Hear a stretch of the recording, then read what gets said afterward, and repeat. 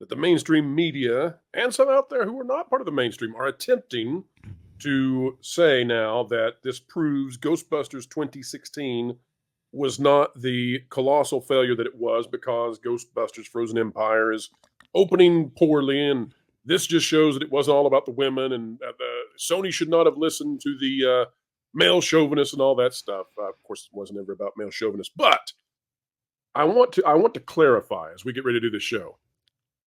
Frozen Empire is not a good movie. I still recommend people go see it. I give it a 4.5 out of 10, but it is categorically different than Ghostbusters 2016. And what I mean by that is you can do another movie. You can do a third film in this new Ghostbusters thing and make it a trilogy. And I'm still happy to go see it. Ghostbusters 2016 died because it was categorically different in the way that nobody wanted that premise. Nobody wanted that reboot. The characters were not pleasant and nobody enjoyed seeing them. So it was dead. It was dead. It was deader than dead. Whereas this one, the flaw, the fault lies in the script. The script sucks. It's just a sucky script. But I don't hear anybody coming out of the theaters and saying, "Oh, I hate that McKenna Grace. Oh, I hate these characters." There are some, there's too many characters. But nobody's coming out of it just saying, "Ew, this was gross."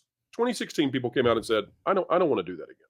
We're not there yet. So categorically different, although numerically not great. Yeah, I that's where it was for me. I didn't particularly hate the characters or anything like that. I agree with you. There were too many.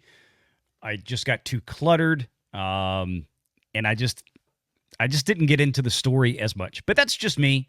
I'm not here to debate it. Should have been Phoebe learning from Ray. If that had been the movie, if it had been Phoebe, yeah. Let me fix the script real quick. This is easy, Valiant.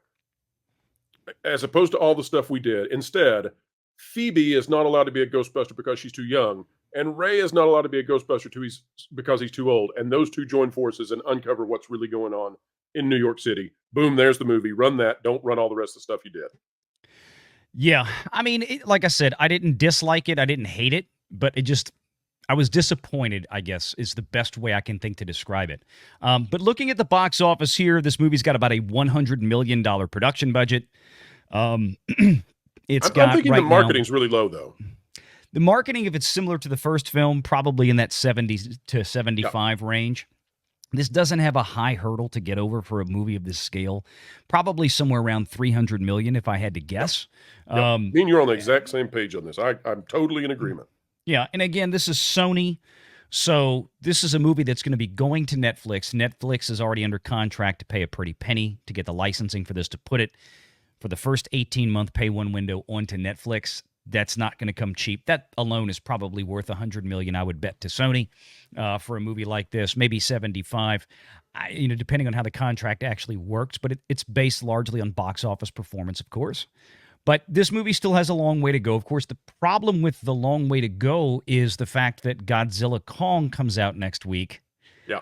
That's going to consume the PLFs. That's going to consume all of the IMAX screens. This movie, like we talked about before, has a very short, shelf life in terms of it being the premier thing on a screen right now.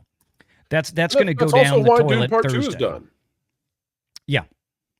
Yeah.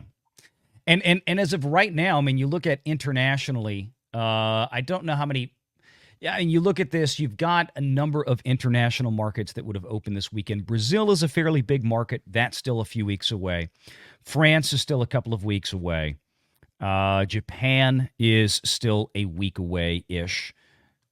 You scroll down the list, other big markets that are missing from this as of right now. South Korea still a little ways away.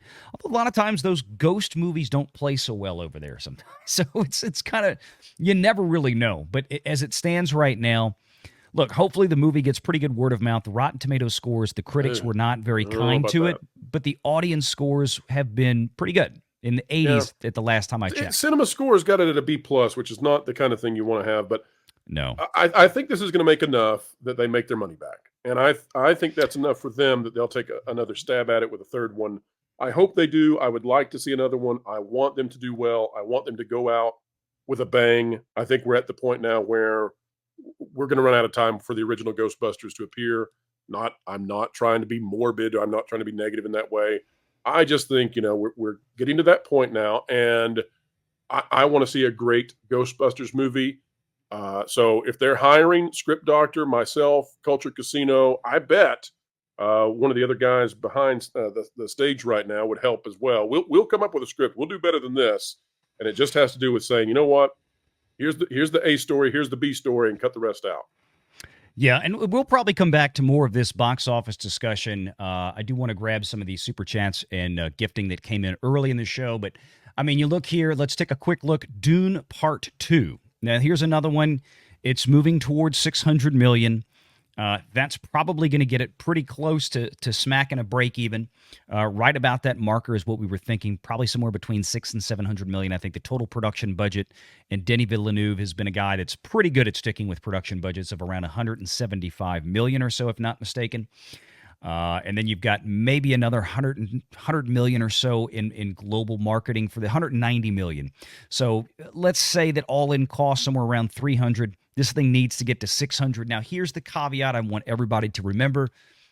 This is a split, right? You've got Legendary, which was the actual studio that made the film. Warner Brothers is acting as distributor, although Warner Brothers has about a 10% equity stake in the film. So of the $200 million, roughly, let's call it, to make the numbers easy, Warner Brothers had put up reportedly around $20 million of that. Legendary financing through their partners, the other 180.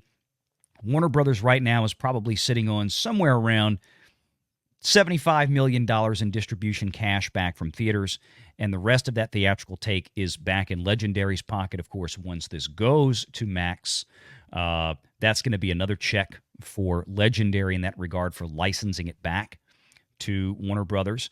And then, as Warner Brothers has shown us recently, that they are open to licensing content out again to other places like Netflix. We see a lot of those Warner Brothers DC titles now on Netflix, along with a lot of that library. So here's the bottom line. Dune, at the end of the day, is going to be good. It's going to make money. Legendary is going to make money.